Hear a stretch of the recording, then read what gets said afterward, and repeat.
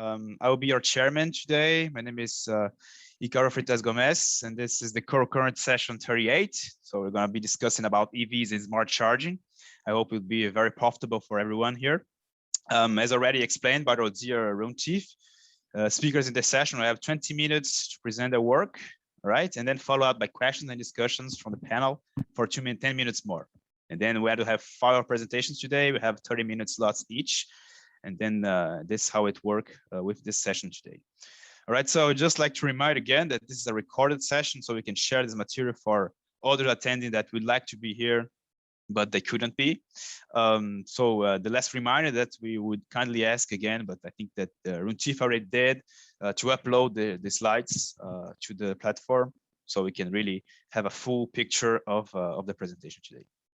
Okay, so we have 4 presentations, really interesting topics. Without further ado, we're going to start with the first one, which we're going to talk about smart charging and the future of residential electric vehicle charging, which is basically going to be done by Mr. Scott Hinson, right? From the Pecan Street, which is an R&D organization based in Austin, Texas. So if you want to share your slide, Mr. Scott Hinson, the floor is yours. Awesome, let me share them here. Let's hope this works right. I made myself a single monitor today, not a dual monitor, because I'm always sharing the wrong screen. Can you see my title slide there? Yeah, it works perfect. Thank you. Awesome. It worked again. Keep it simple. My name is Scott Hinson. I am the CTO of Pecan Street, Inc. We are a 501c3, which for those in the US, that means we are a nonprofit research agency. And today I'm going to be talking about a study that we did on electricity data that we collected around residential charging, and basically how and what methods we might do residential electric vehicle charging a little smarter. One of the things that, especially when I got started at Pecan Street almost 10 years ago, and electric vehicles first started hitting the market with the early first generation Chevy Volts, there was a lot of doom and gloom news stories about how they were going to break the electric grid and things like that. And we still obviously haven't seen that, right? But one of the things that at the time everybody assumed was that folks with electric vehicles would come home, they would plug those vehicles in right away, and they would start charging the moment they got home. And what they were assuming is that there would be this massive spike in electric vehicle charging around 5 to 6 p.m. And what we have found over the years is that's not what happens. In fact, if you had to say, Scott, tell me one thing about electric vehicle charging that you know, especially at the residence level, that is an automatic assumed. The only thing I can say for certain is that people aren't charging really at 7 a.m. because they want their vehicles ready to go to work, okay? So a little bit of background about us, sort of how our approach, how we get this data, how we did this study, because we have very unique data. We are not relying on disaggregated data to come up with any of this information.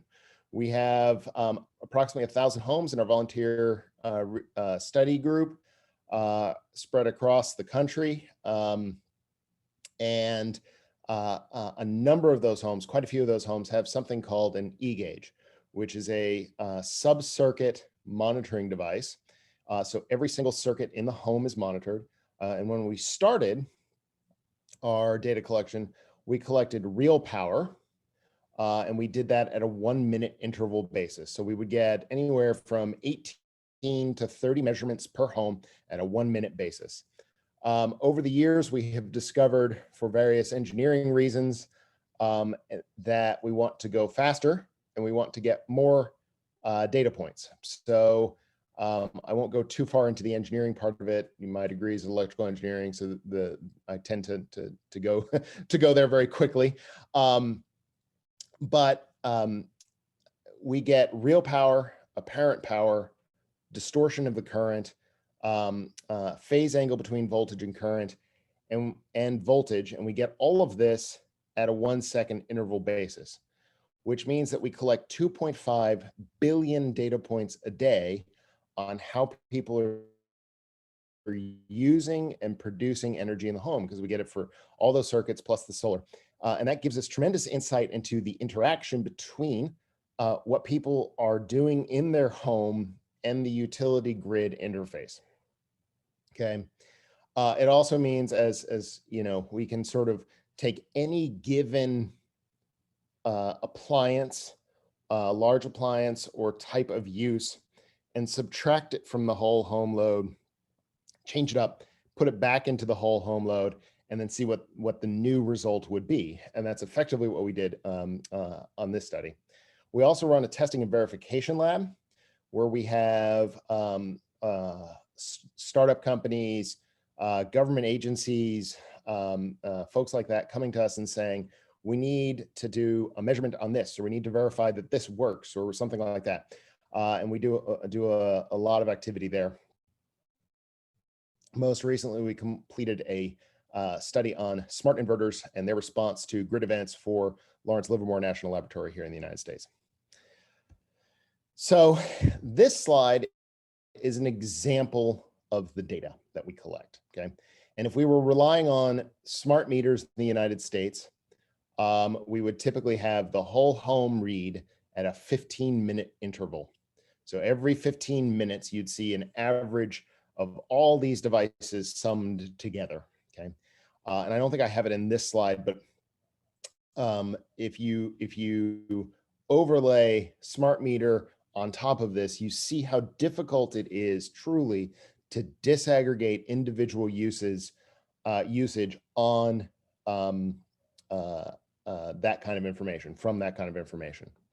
So each of the different colors in this plot represent a different device in somebody's home. Okay, this is one day in the summertime in Austin, Texas, where it is very, very hot. We've actually had one of the wetter, colder springs. It was hotter a couple of days ago here, or cooler here than it was apparently in like Vancouver and Maine and places up north. But typically we have highs around 100 degrees Fahrenheit. I'm sorry, I don't translate Fahrenheit to Celsius particularly well off the top of my head, but it's hot. And that means we have a lot of air conditioning usage. So that's the orange graph that you see, okay? We also tend to not build homes particularly, until recently, particularly efficiently, because energy prices historically in the United States have been very, very low. I happen to know whose house this was. It was built in the 80s. At that time, energy costs in the United States in this area was like 6-7 cents a kilowatt hour. So you just didn't need to drive that much efficiency. But when you have this high resolution data, you can see where each of these devices is turning on and off. And in this particular house, if you wanted to improve the total amount of energy being used, you could see where it's all going. It's all going towards air conditioning. Now, electric vehicles do have the potential to change that. And that was one of the reasons that we did this study, is because electric vehicles have the potential to be the next largest load in a home after air conditioning, okay? So what does charging look like in the United States, okay? So we took a look, and again, this is direct measurements. This is not disaggregated. We are not guessing at the charge. And what we did is we looked at a bunch of homes in our study group in Texas, okay, where we have the grid operator ERCOT, who made the national news this winter for not managing things particularly well. I was without power for 3.5 days. I never wanted my career to be the lead story on the news for that long. I know a lot of people that work at ERCOT. I'm good friends with a couple of them. They worked very hard and did the best they could, but that could be a whole nother presentation of what happened. So what we've done is we've plotted the total load in sort of the gray area plot there. And that is kilowatt. And then the marginal price of electricity in ERCOT. We use that on the right side is the scale for that, and that's the green line, okay? And we use that as sort of a proxy because as most Texans are now well aware, the marginal price of electricity in Texas in that nodal market is not a direct indicator of all of the electricity sold. It's sort of that last minute spot market. I need to cover a short, or I have excess and somebody else might need to cover it, and I'm going to try and go sell it. There are long-term hedges under this, but getting that data out of the ERCOT market is difficult at best. And so we said, all right, for the purpose of this study, we're going to look at that marginal cost, because it is a significant portion. It's not all, but it is a significant portion of the energy bought and sold in the ERCOT marketplace, and it's readily available, and it's a good proxy for total price. And frankly, it's probably a good proxy moving forward as we move towards more distributed generation with more volatile pricing everywhere in the United States as we adopt more intermittent renewable energy. So you can see what I was talking about with the charging patterns. It's not you come home and at 5 o'clock, 6 o'clock, there's a big spike because people are plugging in. There is a spike at 9 p.m. and I'll get to that in a second. That's a case of be careful what you ask for, you just might get it. But you can see where there's very little charging early in the morning. So that's what I was saying. That's about the only thing I can guarantee. And over the course of the day, there's this ramping of charging. And if you study individual charging patterns of individual homes, what you see is there's a number of folks that'll possibly run an errand. So you see air conditioning shut off, you see a bunch of lights shut off, and then you see about 45 minutes later, you see the car charge a little bit. And so they're topping off what they just used, and they're preferring to have that car at maximum range all the time. Then there's a whole bunch of people that charge later at night. And years ago, like 7 years ago, 8 years ago, we did a pricing study where we incentivized people to charge at night. And one of the messaging items that we sent out was said it was bad for the grid to charge before 9 p.m. Well, that got distributed widely, even amongst people that weren't participants of the study. These people are all neighbors and they all talk to each other.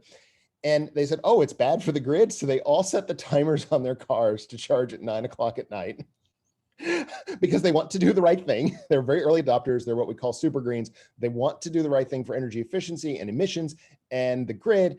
And we changed behavior on accident because of the messaging. So that's that 9 o'clock spike that you see, okay? That is not Texas-wide. That is not normal, okay? So what we did is, knowing that we have each of those charge events and knowing the power level that they're at, we subtracted them out and we changed them to different power levels. Because what we've seen is a trend of increasing power levels for the car, right? So when the Chevy Volt first came out here in the United States, that was the first commonly available vehicle. So it was Nissan Leaf. They were both at 3.3 roughly kilowatts, right? And as vehicle range has increased, if you want to get the vehicle to be charged in a certain amount of time, you have to increase the power level that you charge them at. So now we're seeing Teslas and other vehicles at 11 or 16 or 17 kilowatts. And we believe that trend is going to continue. We're going to see more and more cars at these higher power levels. There's going to be a cap, and I won't get into that, but there's going to be a cap roughly in that 16 kilowatt level for residential construction in the United States. We just can't get more power than that. It's still a lot. And so what we did is we said, all right, we're going to take those charge events and we're going to replace them with new charge events with new power distributions. And we're going to see what that changes in terms of the pricing. So we've got a current, which is a weighted average of about 6.1 kilowatts, a low range, and you can see the mix there, a medium range and a high range where most people have these higher power level vehicles.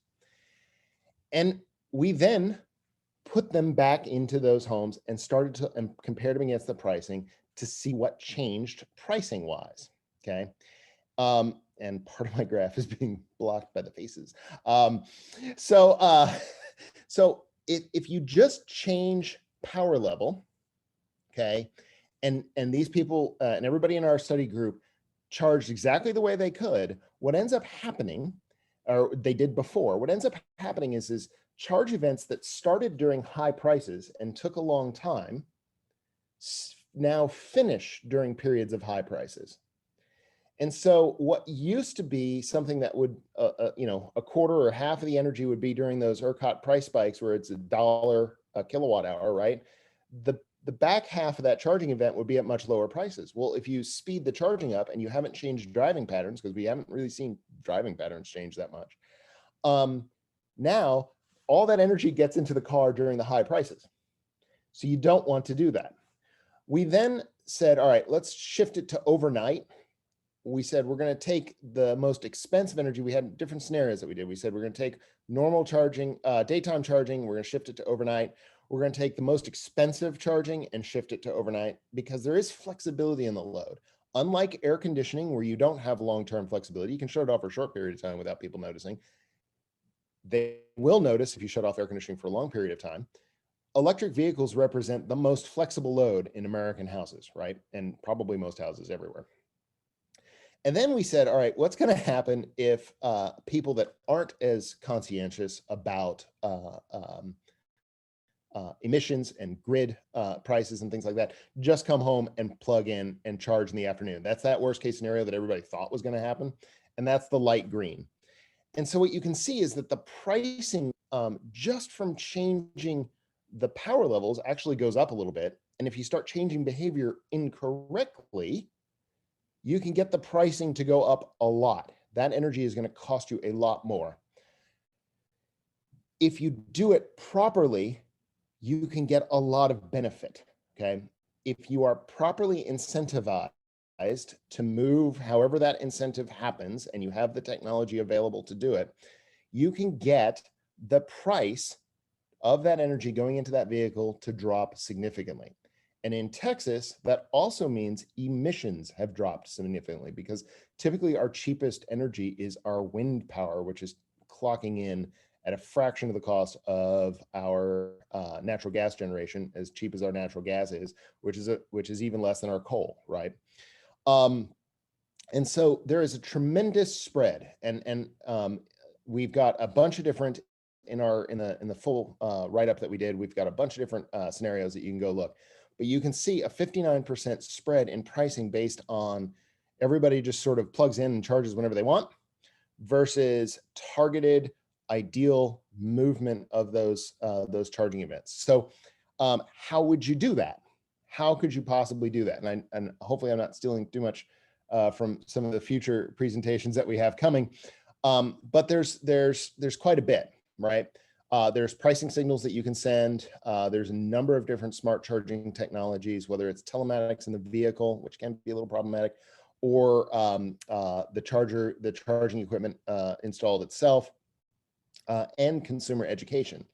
One of the things that we learned probably the hard way, I mentioned our winter storm, is that we probably don't want to do what was historically done, what ended up happening from our original pricing study, where everybody set the timers on their car, because that set and forget technology could align that load with a period of time where you desperately do not want it, right? That actually kind of happened to us this winter. Those cars are all set to charge at 9 p.m. and midnight. And when we had our winter power shortages, that started at night.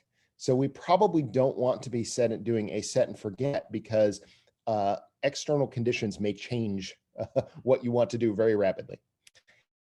Feel free to reach out and contact me outside of this forum. I've got my contact information here. And then we've also got a link to the full thing, which, as I said, has a bunch more information than I was able to get through in 20 minutes, or however long that took. Questions? Okay, very, very good.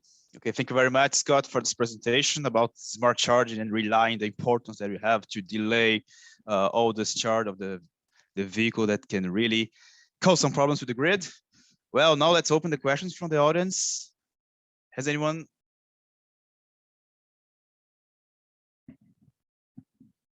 First question?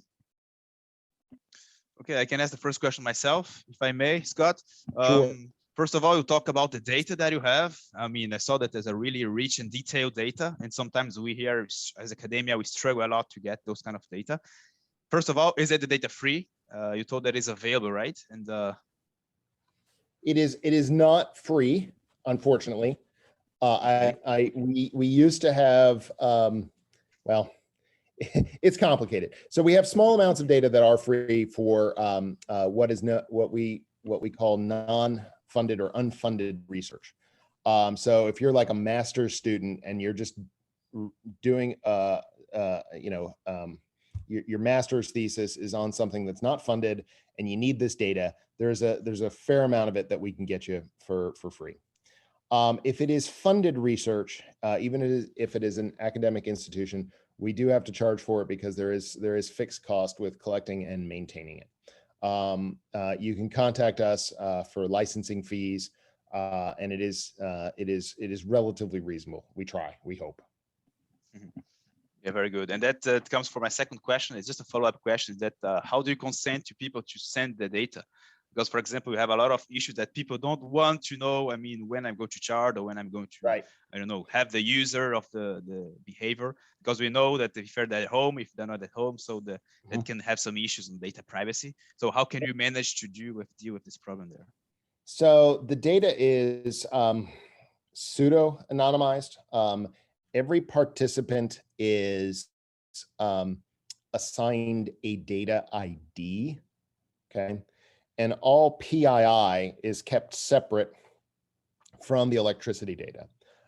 As a matter of fact, I don't even know how to link as CTO, because I look at the data so often, I don't want to know whose data I'm looking at. I don't actually know how to do it. If I need to track somebody down, I have to talk to somebody else in the company to find out who that was. And typically what I'll end up doing is, instead, like, the common one is I'm looking through the data and I realize that their solar system has gone offline. And solar systems are notorious for this, right? There's no flashing light that tells you I've gone bad. They're silent in operation anyway. And they won't know for 30 to 45 days until they get a high electric bill that their solar system has gone offline. So typically what I'll do is I'll send an email, data ID so-and-so, solar system is offline. Can you reach out to them? And somebody else will reach out to them. Every once in a while, I'll need to talk to the person because their electrical signal is so unusual that I'm like, what is happening in this house? I do not understand. And we'll make that connection, right? But for the vast majority of the time, I'm just looking at random data IDs. Like, I know mine and that's it. Very good, very good. So do you have any questions coming from the audience? Yes, I have. Yes, Stefanie, go on. Yeah, thank you, Scott. Just this morning, I was thinking about what you said, informing the consumer about when to charge the car, so that also the indirect CO2 emissions are diminished. And yeah, so you just said that it varies. So the point of time when to charge may vary. So that means we should maybe pass the ability to tell the car to charge to the transmission provider, right? Correct. That is one potential outcome of this, right? Now, in the United States, and the marketplaces are very different between states, and even within Texas. You've got the system operator, ERCOT, right? You also have areas of the state that are quote unquote deregulated, where there are private companies selling energy. There's a former utility, typically that's the distribution wires operator, and then there's the users. And so there's some fees associated with the wires, and then the people on either end are sort of buying and selling electricity from each other, right? And then there's also vertically integrated utilities in Texas, and I happen to live in one of the vertically integrated utilities. So I was completely like, well, everybody else is, again, the customers that had the gritty, where they were tied to the marginal rate and they were getting like $30,000 electric bills for 4 days in January. I was shielding all that. We'll pay for it long term, right? But it'll be spread out over years and years and years. One of those entities, whoever it is that knows that information, may need to be able to pass that along. The question is exactly how you do that, right? And how you do that in an economically reasonable fashion. There are charging controlling companies that will aggregate up a bunch of vehicles in the United States. But if you look at their per month billing cost, a lot of times it doesn't make a lot of sense, right? It would if you were paying high time of use prices, but for general trends in Texas, that may not be something that's economically feasible. The car manufacturers have talked about, for years, Chevy was, you'd see them at Distributech and you'd say, okay, well, we're going to aggregate vehicles in your area and you can send us charging and pricing control signals. Well, the trick is that vehicle telematics is cellular based. And in the United States, the garage door is often metal. And so cell reception in garages is notoriously bad. So once you pull that car into the garage and close the door, you might lose 20% of your fleet. So there's practical implications for either option, right? We tend to believe, at Pecan Street, we tend to believe that, a lower cost, not $30 to $50 a month per vehicle, Wi-Fi enabled charging unit on the wall that can control the charging is probably going to be the long-term, the thing that wins. Perfect. I think we have time for another question, one or two maybe. If there's nobody else, I could ask a question. Yeah, I guess I have one clarification question and one comment. So the first one would be in Texas, how does it work with how does it work with the different charging levels? Let's say, like at home, do you have like an unhomogenized charging level for the charging power for the house, or are there different charging levels, and how would it impact your study in a sense? So this is my first question. Mm-hmm. Then, yeah, we can start with that, and then I'll go to the other one. Sure. So residential construction in the United States is, we have a national electric code. It changes it has changed, especially since about 1980, a lot. So over the last 40 years or so, there's been quite a few changes. And what you'll see available for charging in a residential structure in the United States pretty readily is somewhere between 3 and 12 kilowatts. Okay. And so it is relatively readily available for any residential home in the United States for somebody to come in and have an electrician install an EVSE that limits to one of those, to a charging level somewhere in there.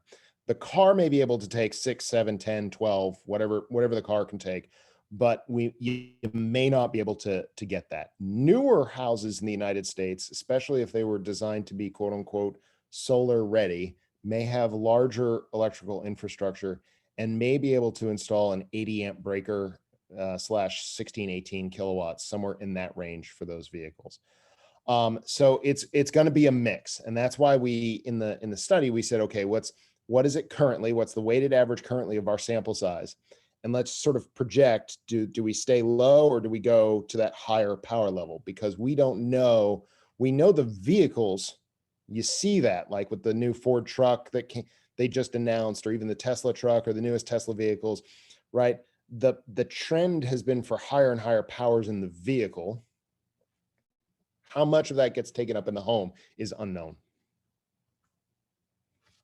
Yeah, I see. And if I may again, so how do you manage to, do you have any visibility on the charging patterns somewhere else outside the house? Like, isn't there maybe a, let's say, I don't want to call it a rebound effect, but more like an effect that you cannot control in a sense? Right. Yeah.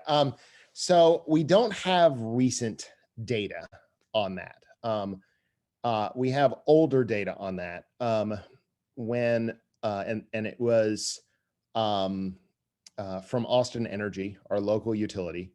So we had, at the time, I think we had like 65 cars that we were monitoring. And Austin Energy did a press release about their public charging network, which had like 500 stations in it at the time. And they said in the last 6 months, we had 30,000 charge events or 6,000 charge events, whatever the number was. And I don't remember what the number was. And we got curious and we pulled up how many charge events that we had for a fraction of the cars. And it was like 10x. It was like 10 times more. I don't know if that has, so that told us that all the charge, like if we have that many fewer cars and you have that many more charge events, that told us that we had the vast majority of charging in the United States was happening at home. Okay. I don't know other places, right? It is common in the United States for residential houses to have 2-car garage, right? So everybody has a garage. It is not common in other places of the world to have a 2-car garage. A lot of times you have street parking or you have to park off site and things like that, even if you have a car, right? I recognize that we're a bit unique in that we have all these garages, right? So yeah, I wish I knew what it might sort of, how this might translate other places, but in the United States, that's what it looks like. Okay. Thank you very much, Scott, for this presentation, for the answer of the questions. It's really nice to see what you guys in Pecan Street are doing, especially in Texas. Thank you very much. Hope to discuss after the conference. Okay, so the second speaker and second presentation today, we're going to move forward to Stefanie Wolff presentations coming from the National Organization Hydrogen and Fuel Cell Technology in Berlin. That's right. So we can share your screen and then let's go. You have 20 minutes, Stefanie. Thank you. Yes, I actually recently changed sides from being a researcher at the office building that you see in the presentation to working for the German Traffic Ministry. So I'm on the dark side now, or the good side. Okay, thank you for the precision. Yeah. So all of the comments that you have are really helpful for this research, which is actually the last part of my PhD, but also for my current work for the German government. So, as said on the picture, you see our office building of my research institute. And on the picture, you can actually see what I'm talking about today. I'm talking about where and when people would like to charge their cars and how much are they willing to pay for it. So just a quick introduction, you're all familiar with the concept that as an economist, I see the charging behavior as the focal point between the energy transition and mobility transition, because at the charging behavior, all those needs meet. And so we have the problem that those charging spots, economically speaking, are rival goods, and they are a combination of parking and refueling. And so we need to find a better fit of charging supply to user expectations and actual behavior. And this is because we think that actual charging behavior will differ greatly from perceived and anticipated usage. And so we found a gap that in literature, those single attributes of the charging process are focused on, for example, charging speed and location and price, but there's a gap that nobody has looked at the whole bundle of the charging process before from the consumer perspective, of course, leaving all the technical aspects aside.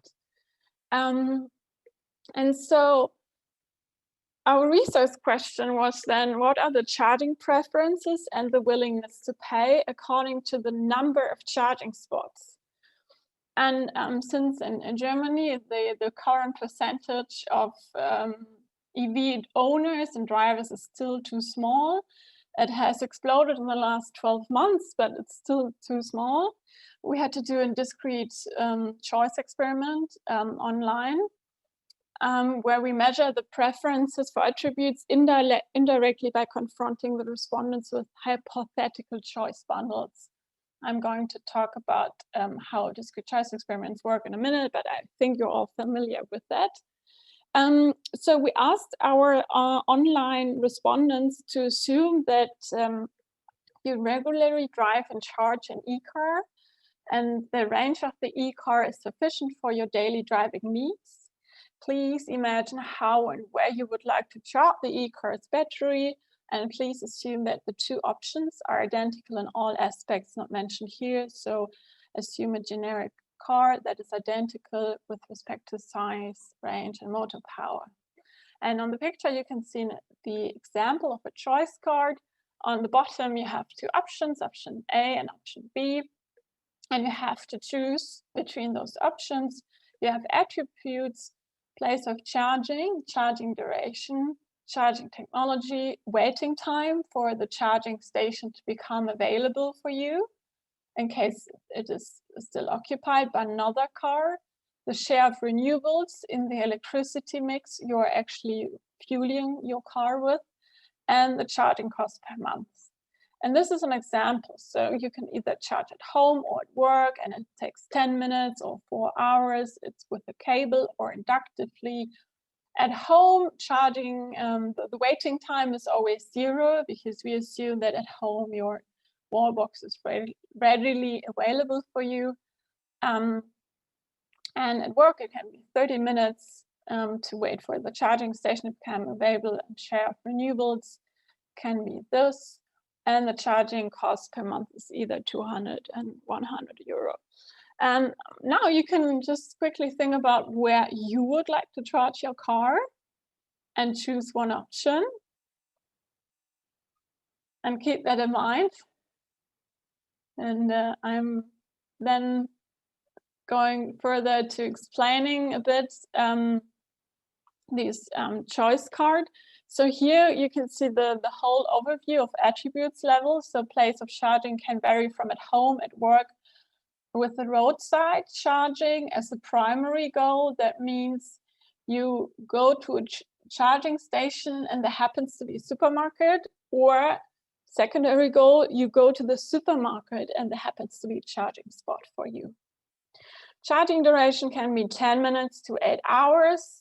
Technology with cable or inductively, waiting time 0 to 30 minutes, share of renewables 25% to 100%, and charging cost per month 50 to 200 euros.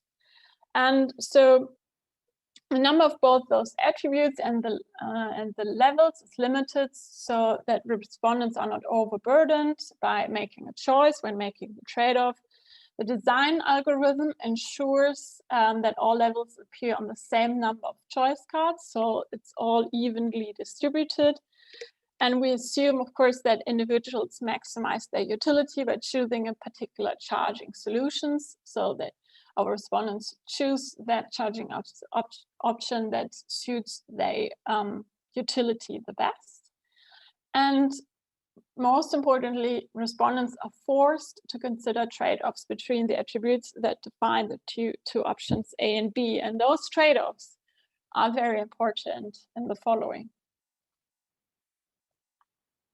And so to the method, we did this discrete choice experiment and then combined those discrete choice data sets with the currently available charging spots in Germany. This is from actually 2 years ago, from 2019. Now the number has increased. And so we could answer those 3 research questions. Does the number of existing charging spots affect the EV charging preferences? So is there some kind of interaction between this? And depending on the number of charging spots, what is the willingness to pay for certain attributes of the charging process? For example, how much is 1 minute less in charging duration worth? And following from that, what are the implications for charging infrastructure policy and planning with consideration of the spread of the charging infrastructure? So I'm right now located in Berlin here.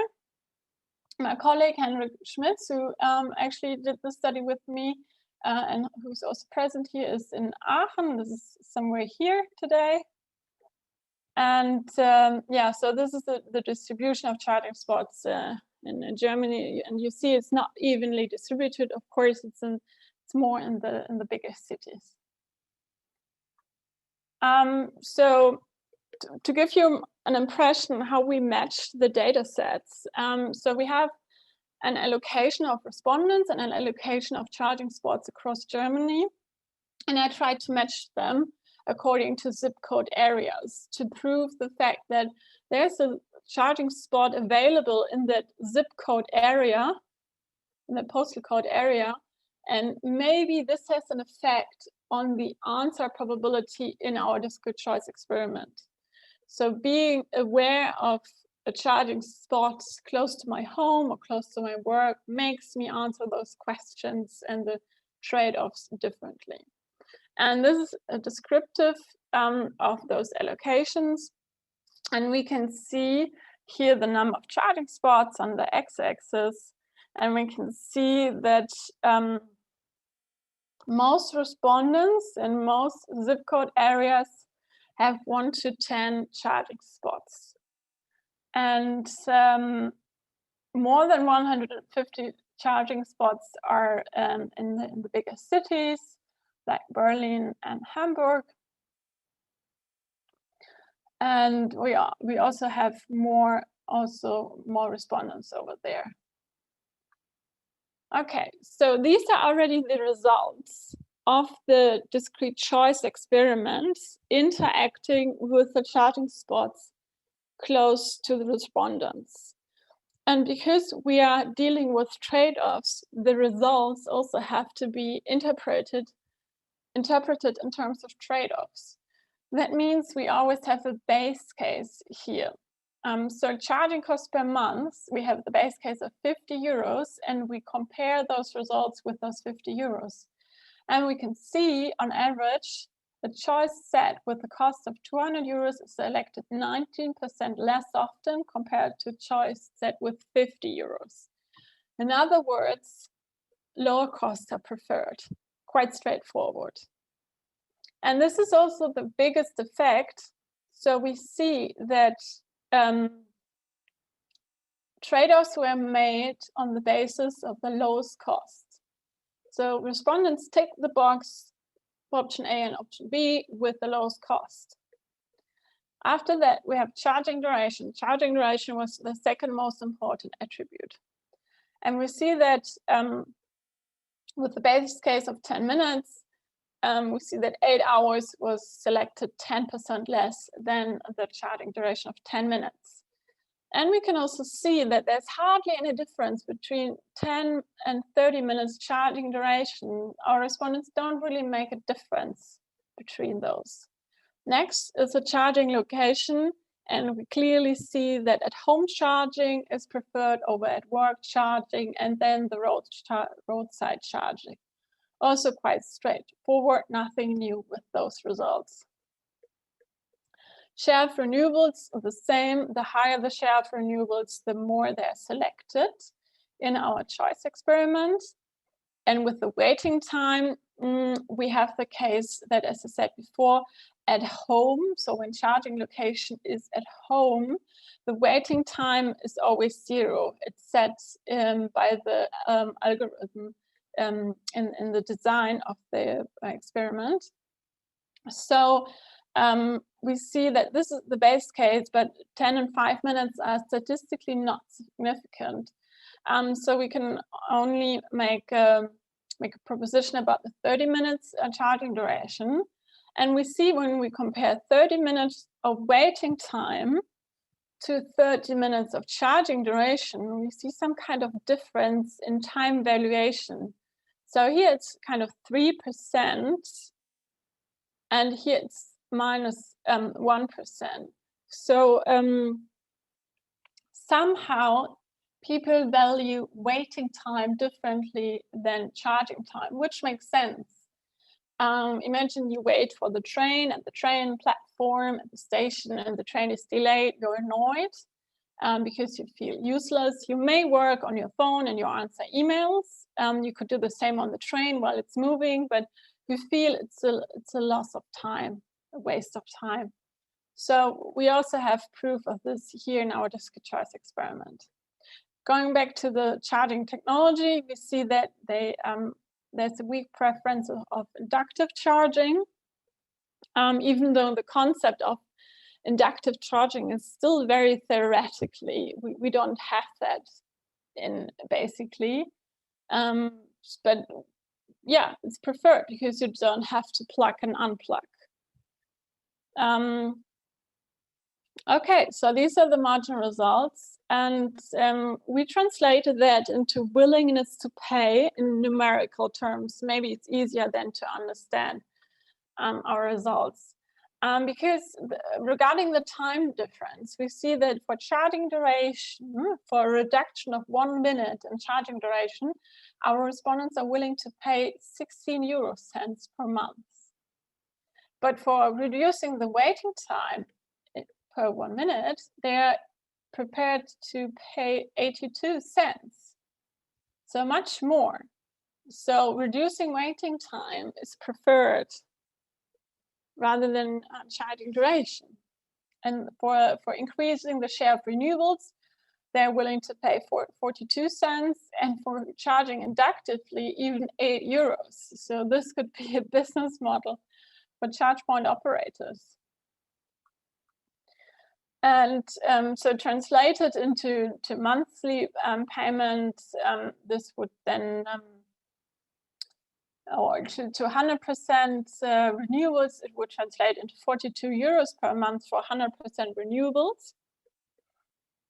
And for the charging location, we see that at-home charging is preferred, and people are willing to pay 22 euros to charge at home rather than at work, and 35 euros to charge at home rather than on the road as a side goal, and even 46 euros to charge at home rather than mainly on the road. And here I tried to match it with the available charging spots. Again, on the x-axis you can see the number of charging spots, and on the y-axis is the willingness to pay relative to at-home charging. So at-home charging, the willingness to pay was 22 euros. And so people are willing to pay 22 euros to charge at home and not at work. But here, this is the average, and it changes with the number of charging spots. It decreases. Maybe it makes sense when we go to the roadside charging. So the roadside charging, the willingness to pay decreases the more charging spots there are, which is also quite reasonable. So people assume that the more charging spots there are in the public, the less I have to charge at home, because there might be a charging spot available for me somewhere in the public.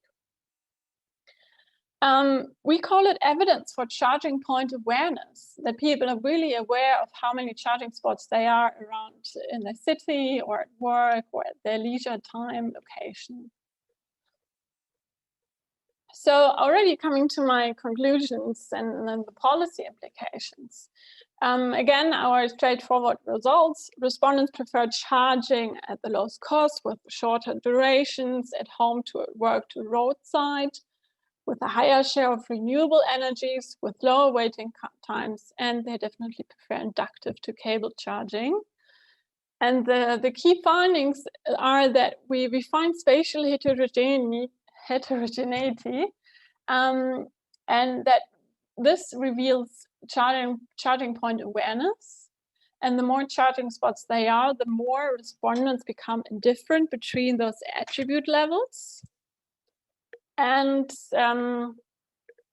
It also reveals the importance of respondents' dependability on finding a secure, safe charging spot outside of their homes. And that means a reservation system of charging spots would enhance the efficient charging point availability. And so policy implications would be to offer affordable fast charging spots or charging spots, not necessarily fast charging, but primarily at home, so either on private properties or public charging spots in residential areas. We are talking about offering charging spots for residents on supermarket parking lots during night, or at work, so in mixed-use areas, and those charging spots need to be pre-booked in advance. And so we need to find policies that are aimed at individuals' trade-offs between those monetary incentives and also convenience. Thank you very much. All right, thank you, Stefanie, for the presentation. It's really nice to see the discrete choice experiments enlightening the user's preference in a certain country. For example, Germany, right? Do we have any questions coming from the audience? Yes, I see one little hand raised. Maria, go on. Yes, so I have 2 questions. First of all, well, you mentioned that, well, one of the things that you study is let's say the charging duration, but I wonder if you already did the distinction between charging duration at home and at work, because maybe people is less willing to wait outside, but at home you don't care, right? I don't know if this you already do or if I missed that part. And then another thing that came to my mind was if you account for the respondents' heterogeneity as well, because I mean, I guess the people that you do the survey to are, of course, not the same. So yeah, that's it. Yeah, thank you. Yeah, so regarding the charging location, in connection to the charging duration, we did another study with the same data set before. I'm not sure, I can't actually remember, but thanks for the hint. I think it's different because our data set is definitely representative for the German populations. Our data, our sample size is 4,000 respondents in Germany, and so I think there should be some differences. Yeah, I will have a look at that. The same also with the heterogeneity of the population itself. And also the willingness to buy an electric car definitely correlates with income, for example. Yeah. Okay, do you have another question? Andreas, yes, go on. Yes, thank you very much. Yeah, it is a very similar question, and you have already mentioned it 1 second before regarding the population. You mentioned that it is representative for the population in Germany, but the question is, you only consider the choice among 2 electric vehicles. So how hypothetical is it for a very large part of the population who have no experiences with electric cars and so on?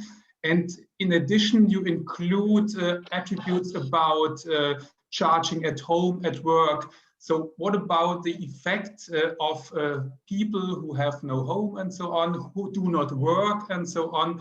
So is it possible to estimate whether there is a bias, a distortion of the estimation results for some specific groups? So is it rather an overestimation or an underestimation? And perhaps in addition, which model do you use for the estimation of the willingness to pay? Yeah, thank you. So the first point was about the population groups. Yes, we also divided the sample into groups, experts and non-electric vehicle experts. And of course, the choice experiment is a hypothetical choice. Definitely in this case, because people have never driven or some people have never used an electric car, despite putting the plug or charging a car, of course. So it's still hypothetical, but I think that the theme, the topic is still very much debated in the German population. So I think, or we thought that people can really imagine about doing it. And so we believe that it's really like a picture of the German mind regarding cars. I mean, we are car nation and car crazy nation. And yeah, we in our other study we divided the groups that into subgroups of EV experts, non-experts, homeowners. We see the difference in homeowners, non-homeowners, and other populations groups, definitely, like environmentalists and also demographic groups. And your second question was about the other question. Sorry. The used model, the econometric exactly model. The model is a conditional logic model. Okay, so you have not estimated so far mixed load model in order to control for heterogeneity? We did actually, and we came to similar results as the conditional logic model. Okay. Thank you. And my colleague Hendrik Schmidt used a latent class model with the same data set. Thanks.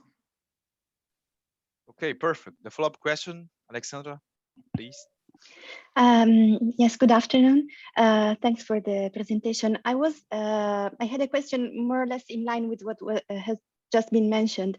More specifically, whether you consider that this different behavior could actually depend also on awareness about electric vehicles, their technical characteristics, the possibility of charging, rather than just the simple number of chargers that were available in the region.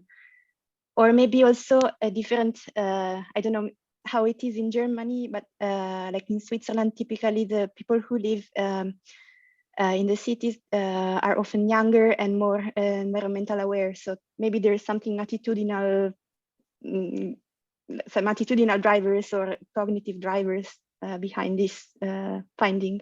Yes, definitely. There is, and I have to look into it.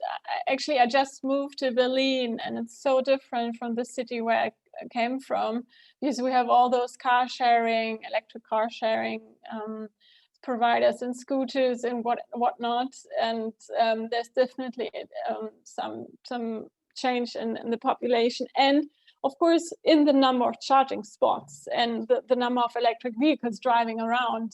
I mean, I live next to the Tesla store basically, so of course there's many more electric vehicles across Germany in different cities.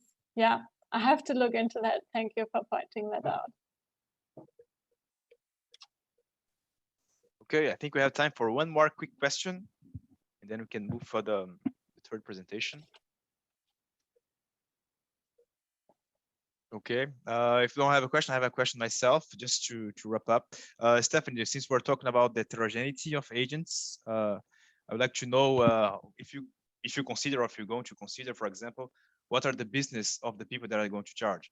For instance, if they are taxi drivers, or if they are commuters, or if they are just visitors, they will have a different willingness to pay, right, for the charge. Since, for example, the taxis, they are willing to spend less time because they have to work or using the vehicle.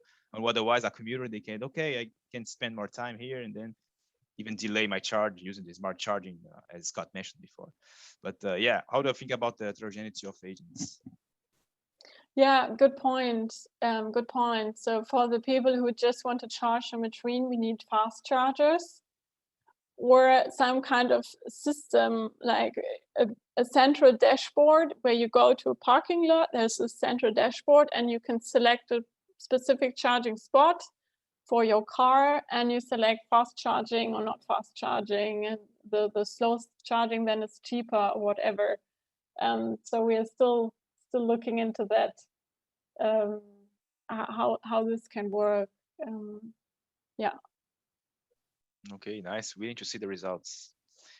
Okay, thank you very much, Stefanie, for that presentation. I hope you still finish all the studies with a very successful in a very successful way.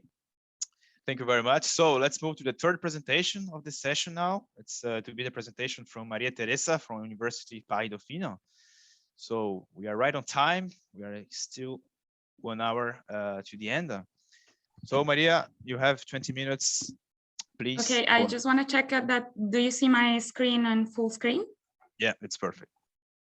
Perfect. So let me just start. So thank you very much for this opportunity. So my name is Maria Teresa Aguilar, and I come from University Paris Dauphine, PSL.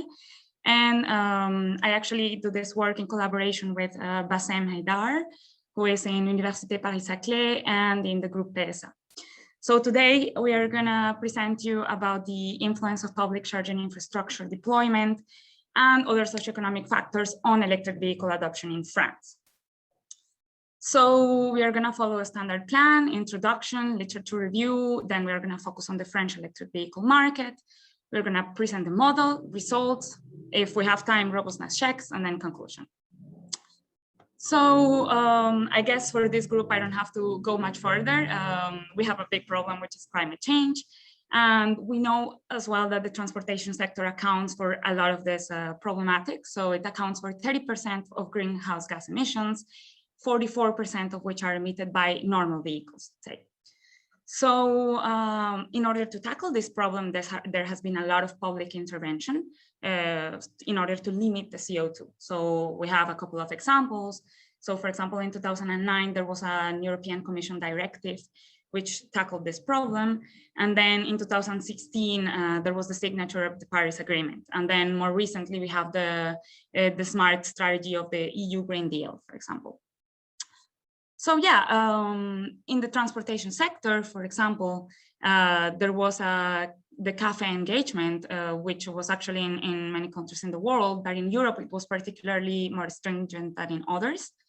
And this CAFE standard, which stands for Corporate Average Fuel Economy, intended to reduce the emissions of automotive manufacturers. So in 2020, the goal was to reduce to 95 grams of CO2 per kilometer. And in 2050, the idea is to reduce to 20 grams of CO2 per kilometer. And if there is no compliance, there was a penalty for automakers of 95 per car per exceeded gram of CO2, which means a lot of money for them, around 100 billion euros per vehicle manufacturer. So basically, all the automotive industry is engaged in this CAFE engagement, and which means that basically they have to find solutions. And one of these solutions, of course, is technological. And in terms of technology, the idea is to increase the sales of electric vehicles, right? So we have two types of electric vehicles. The first being the battery electric vehicle, which is 100% pure electric. And the second is the plug-in hybrid electric vehicle, which is a combination between electric plus fossil fuels. Then, why electric vehicles? Why is electric vehicles a solution? Again, I think this is not a surprise for you, but they are, first of all, non-fossil fuel dependent. Second of all, they can be coupled with renewable sources. Third of all, they are cheaper to run and to maintain. And finally, they produce less noise pollution, for instance. But then, if this is too great, if this brings a lot of advantages, it's not too easy to adopt them. There are certain barriers. And one of these barriers is the charging infrastructure. So as we've seen in the previous presentations, charging infrastructure is quite important, and it's not yet deployed in the, let's say, the optimal way. Then there's a lot of high investments concerning charging batteries, etc. There's also a lot of advancements to be done in battery technology. And finally, for example, electric vehicles suffer from limited autonomy compared to conventional vehicles. So we have to find some ways in order to stop these barriers and in order to boost the sales of electric vehicles. So imagine a consumer, whatever consumer. So this consumer will have the choice between an electric car and a conventional car. So how can we incentivize this consumer to go to the electric choice rather to the conventional choice? So so the objective is to increase the BEV, PHEV sales. In order to do that, well, we need to gain the client's confidence. What does it mean? It means that we need to basically stop all these barriers that we talked about before.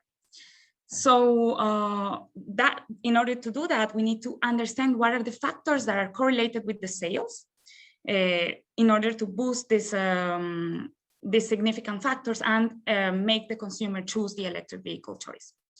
For this study, we are going to focus on the case of France, and this is a collaboration between two institutions and the Stellantis group now. So we did a literature review, and this literature review is, well, let's say it's complete in the sense that there are studies from different countries. So we have the US, we have China, we have the EU, we have Norway, and in these different countries, they either study BEV or PHEV adoption or both. And they are also done in different time resolutions. So some of them 2010 to 2015, some of them even earlier, and so on. They also are varied in terms of the methods. Some of them use OLS, some of others use panel, some others use stepwise linear regression. And so they account for different factors. As you can see in the table, you see that the factors, let's say the studies take very different factors into consideration, maybe because of data limitation or so on. So the different factors that are taken into account in the literature are first the technical factors. So in technical factors, we account for charging infrastructure. Then the economic factors, which could be income, gasoline price, or electricity price. Then social demographic factors, which could be, for example, education level, unemployment rate, or daily travel mileage. And finally, awareness factors, which could be, for example, number of available models or non-monetary incentives. So as you can see, there are different significant levels in those literature review, and it depends, of course, on the country or on the temporal resolution, because let's say the solutions are different in each country. So what is our contribution in that case? First of all, we are gonna disentangle the different power charging infrastructures. Second of all, we are gonna focus as well on the case of France. So the model, we are gonna consider different types of factors. The first type of factors are the socio-demographic factors. We consider, for instance, age and population density. For instance, we were talking before that age is it could be significant before, because the younger the people, the more the incentives to buy a vehicle, an electric vehicle. Then we have also the economic factors, which could be, for instance, income or the diesel price or local subsidies or tax exemptions. Then we have technical factors, which is a very important variable for us because we divide, as I said, the different charging infrastructures. So we have 4 different technical factors. First, the slow chargers, second, the normal chargers, third, the fast chargers, and finally, the ultra fast chargers. And well, of course, it depends on the level of power. So for example, on the normal chargers, it could range from 7 to 22 kilowatt of power. So finally, we account for a latest type of factor, which is the awareness. And the awareness, we accounted with the number of models in the market. So assuming that the fact that you have more choice will incentivize the electric vehicle adoption. So we analyze both battery electric vehicle and plug-in hybrid electric vehicle market shares per French department, which are in total 95. And department in France would be the region, let's say, and between 2015 and 2019, and we use panel data regression. So I'm not going to present the data sources, but you have to trust me that we gathered this data from different sources and available, right? So the model. The model, as I said, will contain the different type of factors that we have. So first of all, we include the different type of technical factors, so all the different charging densities. Second of all, the economic factors, so subsidies, taxes, income, etc. Then the social demographic factors like age, population, and employment. And finally, the awareness factor, which would be the number of models. And we will try to explain the log of the PEV, so the battery electric vehicle, and the plug-in hybrid shares. So these, for this, we do a panel data regression, where we account for the department, fixed effects, and the year. A small clarification: we have multicollinearity of variables, because once we add all the technical factors, we realize that there's multicollinearity. We did some tests, and basically what we did in order to solve this problem was that we compiled, let's say, the slow and normal chargers into one variable in order to avoid this problem. And so now we will have only 3 different type of technical factors, let's say, and we avoid this problem. So we have two types of specifications. First, we do the fixed effect regression and the random effect regression. And the fixed effect regression, we choose this both because we perform in econometrics, we perform the Hausmann test, and this shows us that, for example, for the BEV regression, the fixed effect was better, and for the PHEV, the random effect was better. So now as for the regression results, well, we're going to present both regression results. So first, for the battery electric vehicle. For the battery electric vehicle, first we have to say that the model represents a high goodness of fit. Second of all, let's check what happens. So first of all, we find that there is a significant and positive effect of local subsidies, of tax exemption, of the price of gasoline, and of the number of BEV models in the BEV market share. This goes according to what we expected. For example, for instance, because of subsidies, we can expect that subsidies, as long as we have more subsidies for electric vehicles, then they will become cheaper than the conventional vehicles, and we will be more incentivized to have them. Same for the taxes, and yeah.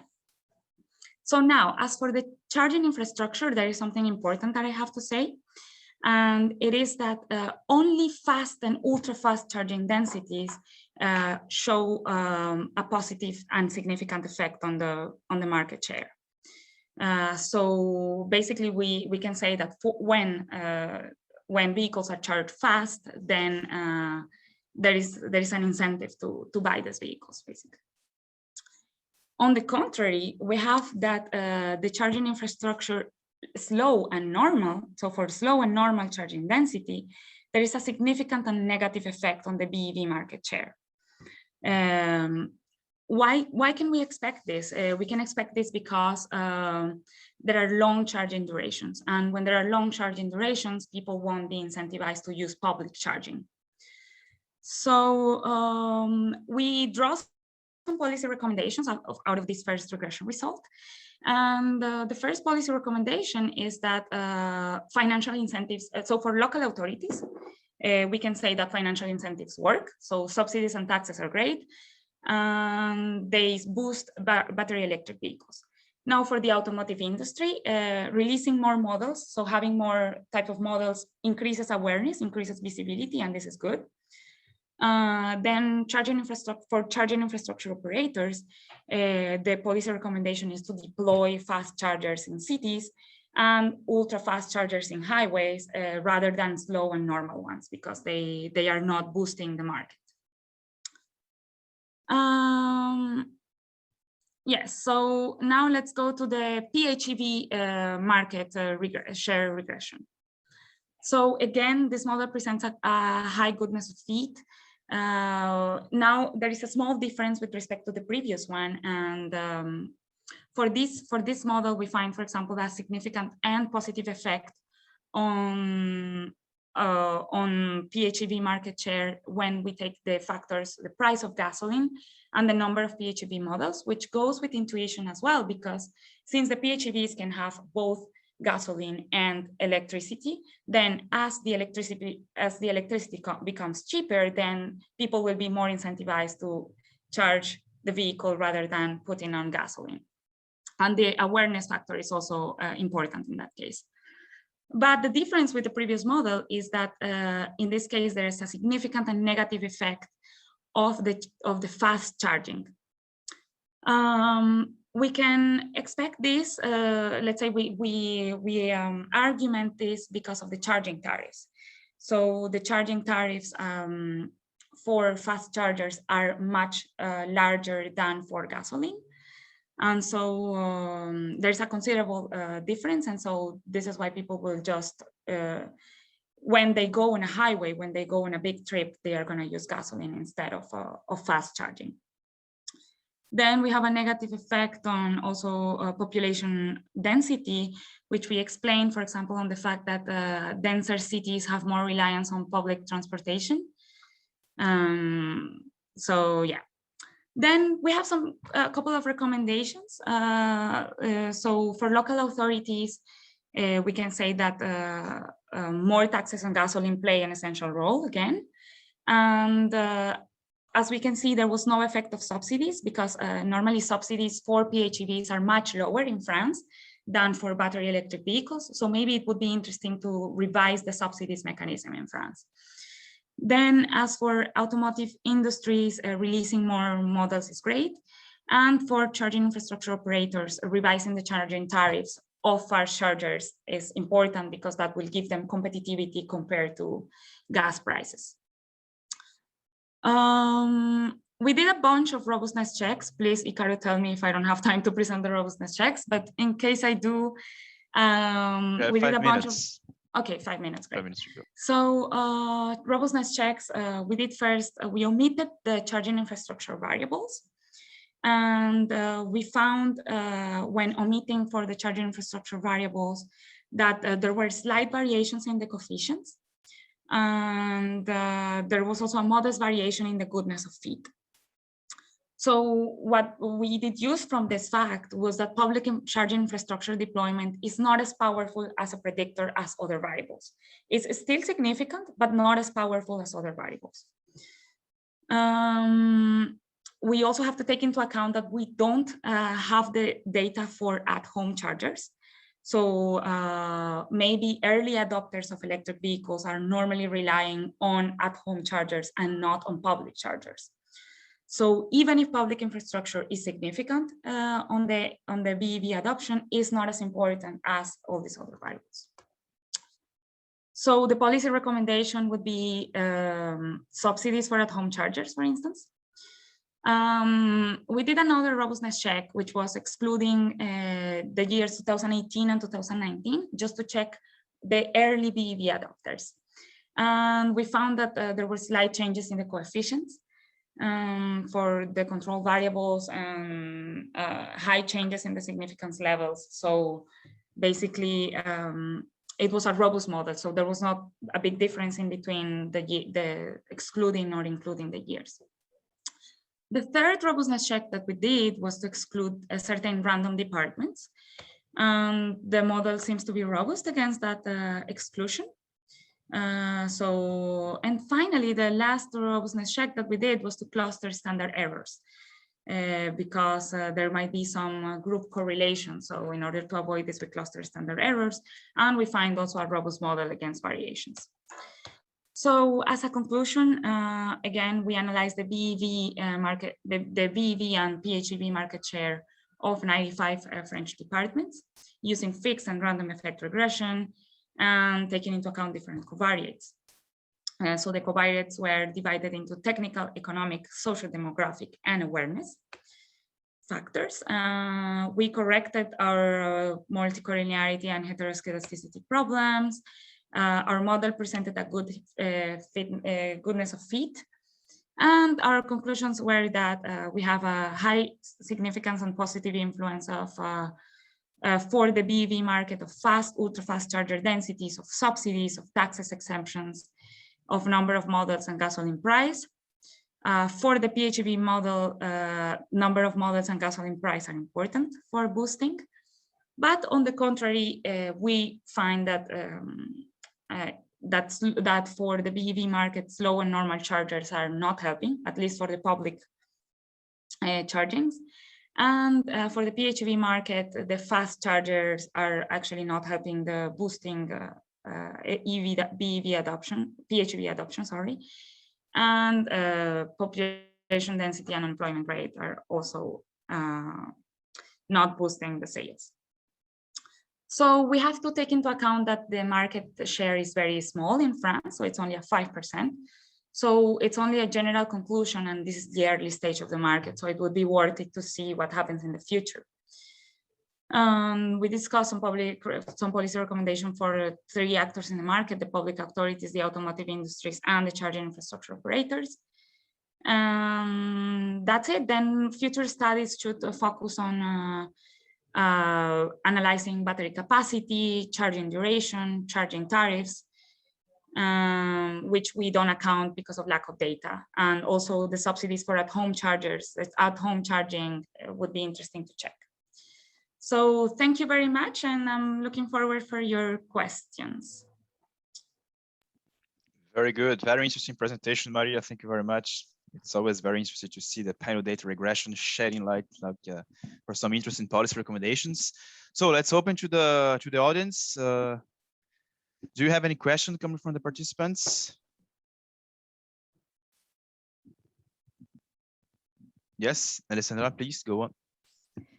Yes, thanks for the presentation. I was a bit surprised by these results concerning the role of fast chargers. They had a higher diffusion has a negative impact on the market share of hybrid electric vehicles.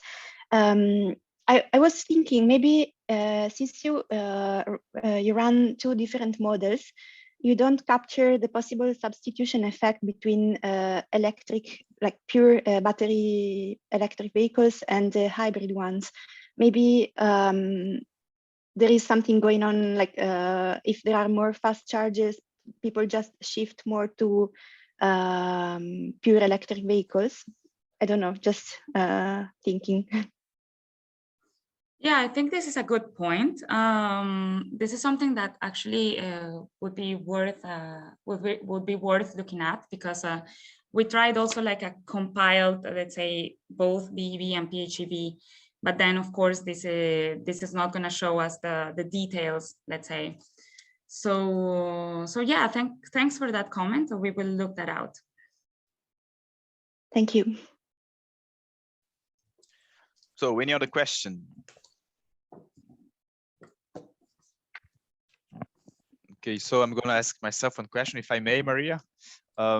So you talk about charging tariffs, right, for those electric vehicles. So I wonder, what kind of tariff do you use to charge those vehicles? What type? Yeah, so this is a thing that we don't have charging tariffs. So we have basically our data has charging stations, but we don't account for charging tariffs. So yeah, this is actually a limitation, but this is a data limitation in a sense, because they are not easily available in France, and it would be worth it. So maybe with this whole revolution of open data that is going on in France, we can get it much easily, but at the moment it's kind of complicated. And let's say that also since we are doing a department level analysis, this gets a bit more tricky, because the charging tariffs are not only dependent on the department, but rather also on other factors. So yeah, this is let's say something that would be worth exploring for the future. Yeah, indeed, that's a very good point of discussion, because I mean, if you get the data from France, I'm almost sure that they are charging people for the kilowatt hour, and not for the capacity itself. And then it's really hard to take that into account to try to recover a cost, which is basically a capacity cost, not a volumetric one, where people should be charged by the kilowatt, not by the kilowatt hour. But then you can explore more or less those different types of tariffs that it's a really, really nice literature. And then we can at least try to couple with this by discussing some results. Okay, very nice. Data limitation here. So do you have another question from the audience? Yeah, hi. Stefanie, go on. Thank you, Maria. That was very, very interesting. And if I remember correctly, your result was also that the government should subsidize at-home charges, right? Yeah, so basically what we are saying is that since we are not accounting for at-home chargers, because we don't have that data, so we did that robustness check in which we basically took out the public chargers and seeing what happens with the regression. And we found it, let's say, surprising that once we took out the public charging, the model was still like, let's say, like the explanatory level of the public charging was not big enough. So we assume that this is because there's a lot of at-home charging that we are not taking into account, right?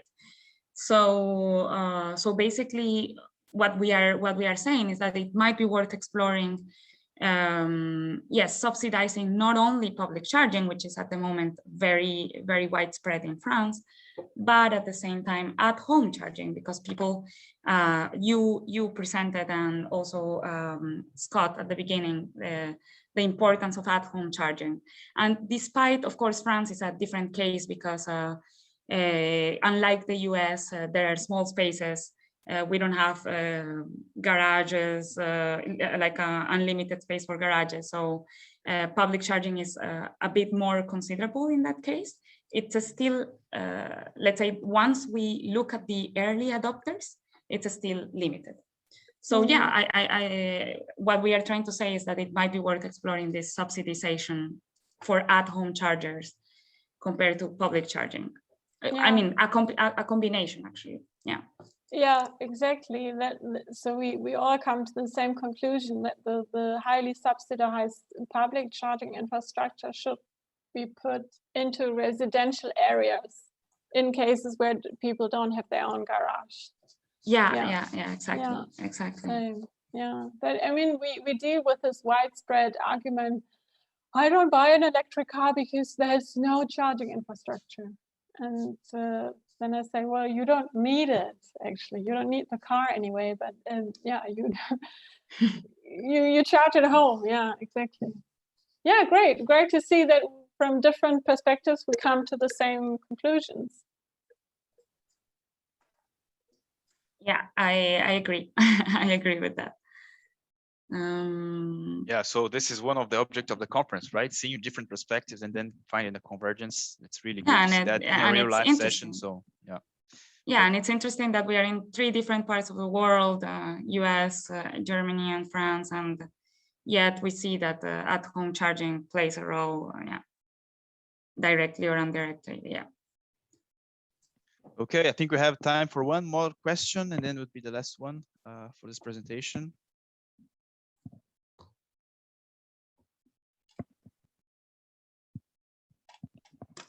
No question. Okay, well, thank you very much, Maria. This was a really interesting presentation and highlights. We're gonna move for the last presentation, the last but not least. It will be the presentation for myself, by the way. We still have a few people in the room, most of them quit, but we still have the special guests here, right? So we need to finish this session anyway. So let's go. I will need the support of my roommate if he can see my screen properly, or my roommate. Yes, sorry. I'm here. Okay, thank you very much. I'm just wanna share the screen. Yeah, you should be able to do so. It's working perfectly. Okay, does it work? Yes, we have it. Okay, great. So in order to control the time as well. Sure. All right, so let's go for the last presentation of the session. Thank you very much for all being here. So I'm Icaro Freitas Gomes, as I presented myself at the beginning, but for those who are not there, I present it again. And I'm a PhD student in the end of the PhD from the CentraleSupélec, which is a French engineering school, and the Vedicom Institute, which is a French Institute for Energy Transition regarding mobility, clean mobility. And so the work that we're going to present today was a collaboration with several researchers from the CentraleSupélec as well, which includes Adam Abdin, which is in the session as well, Yannick Perez, the general chairman, I hope he is in the session as well, and Jakob Putzinger, which is another research and professor here at the school as well. So yeah, here we can hear Mr. Perez there. Okay, so we're going to present this one. The title is basically a question that we should ask ourselves, is that, is 1 meter enough? So we should assess the impacts of domestic EV-only rate adoption via submetering. Well, don't worry, we're going to explain each one of these concepts as we go along the presentation. So here we're going to have a simple outline. Just for introduction, we are to place the context of those kind of rates, some literature reviewed so we can put our feet on the ground of the scientific research, some contributions that we may have from this work. And then we're going to tackle the methodology, results, and in the end, some wrap up with the conclusion of this work. All right, so a little bit of introduction, reflection on the EV rates and EV sales, of course. First of all, we know very well that those two industries, they have an intersection, right? The electricity industry on one side and the automotive industry on the other side, which is the electric vehicle, right? And why the electric vehicle is so important? Because their market share as a whole, as a stock, or the EV sales, they are growing and growing easy fast. Here, according to International Energy Agency, we can see that either the scenario, a stated policy scenario, or a sustainable development with optimistic one, we still have to deal with a lot of EV growth. In order to cope with all those penetration, the electric system should be ready to all those different charging episodes. All right, so in order to do that, the electric vehicles will have a consequence on the demand for energy and of course in the demand regarding the capacity. So we have the risk of when we are going to increase the electricity needs for charging those vehicles, the grid cannot be there all the time, right? And so to avoid that, we have a solution, which is, okay, let's invest on the grid. Let's refurbish the grid in order to make it more robust so we can cope with all those charging episodes. But the problem is that it is costly. One option that we can do is, okay, the EVs are providing flexibility, which is also mentioned by Scott for the smart charging part, or we can also do the vehicle to grid technologies in order to provide this energy back to the grid. But in order to do like smart charging, we need to have indirect load control via an adapted tariff design, right? Because people are going to follow the signals that they receive. And so if you have a appropriate signal, of course, people will follow the charging that we want. But we're not talking about just vehicles. We are talking about people using electricity. And so we have to be on the same page of the best practice on tariff design, right? Which are basically reflect the total user consumption and recover utility costs. And here we talk about all the costs that the investments that were made in the past, and here we're referring to the sunk costs, and of course the prospective investments, which are the costs that are willing to be made in order to, for example, reinforce the grid in the future. And then the base case scenario that we see today is that we have just one tariff option for the whole house. And if you have some distributed energy resources, for example, battery or PV, they are going to be connected all behind the meter. But come on, we can do different, right? We can do another thing. What are the benefits, for instance, if you apply one tariff for electric vehicle and another one for the rest of the loads? And why do we ask ourselves this question? Well, very simple, because now we are starting to see different offers from different utilities around that issue now. First of all, here we see the PG&E, which is an utility in California, talking about dual meters, where we put 1 meter to electric vehicle with one tariff and 1 meter for the whole house with a different tariff. We also see San Diego utility talking about second meters in order to charge your electric vehicle with, for example, a time of use tariff, where you have time varying, and your house with a flat tariff where you don't move along the hours. And in Europe, we're talking about mostly of type of use tariff, which is a specific tariff to charge your electric vehicle.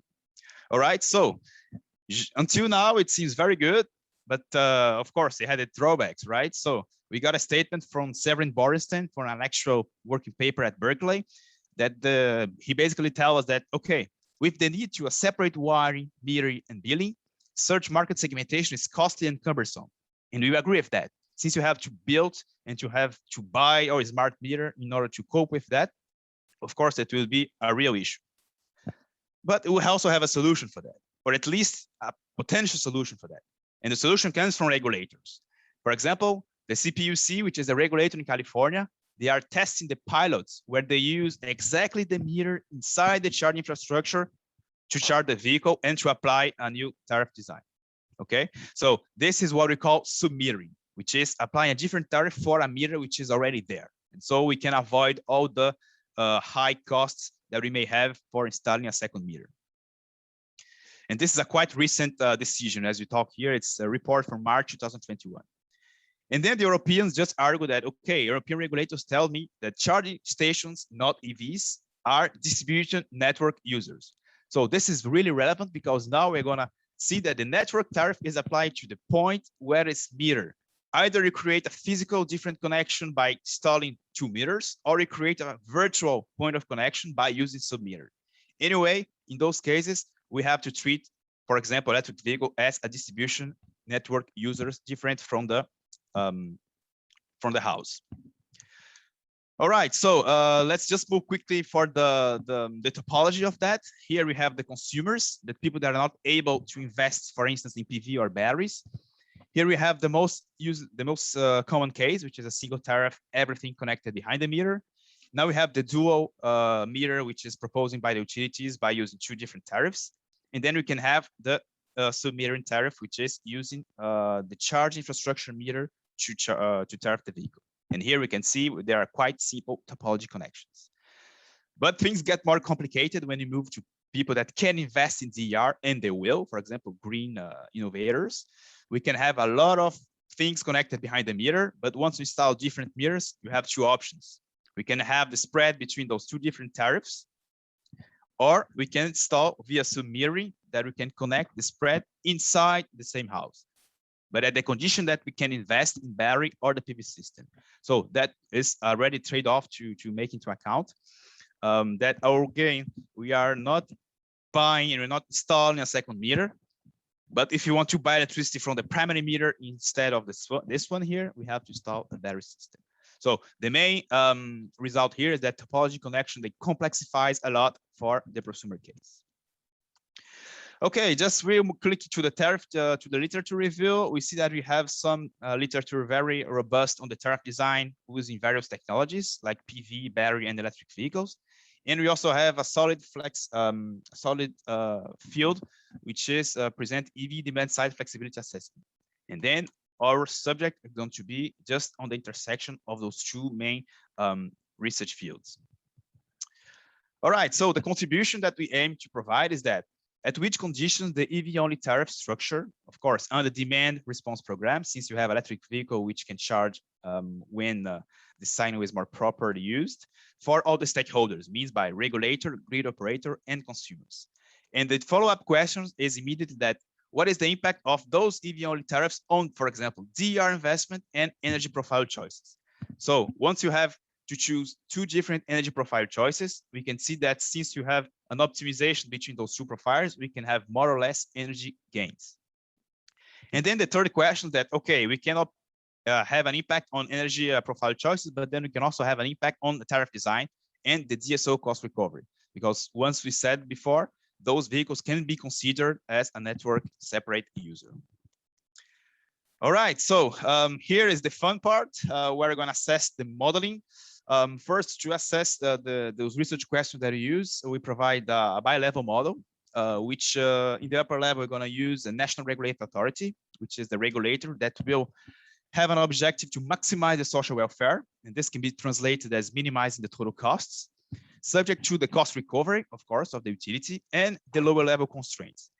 And then once this upper level sets the network tariff for those heterogeneous agencies, we have the objective to minimize the individual costs submitted to their own constraints. And then they'll send back their response regarding DER investments and the charging decisions until we find an equilibrium here. Okay, so this bi-level model, we cannot solve like that. We have to find a different way to solve it. So the first research question, which is regarding the energy profiles, we can just use the lower level when we come to fix the network tariff in order to see what is the best energy profile, where we can save more money regarding the choices of energy profile. And then it's simple mixed integral linear programming.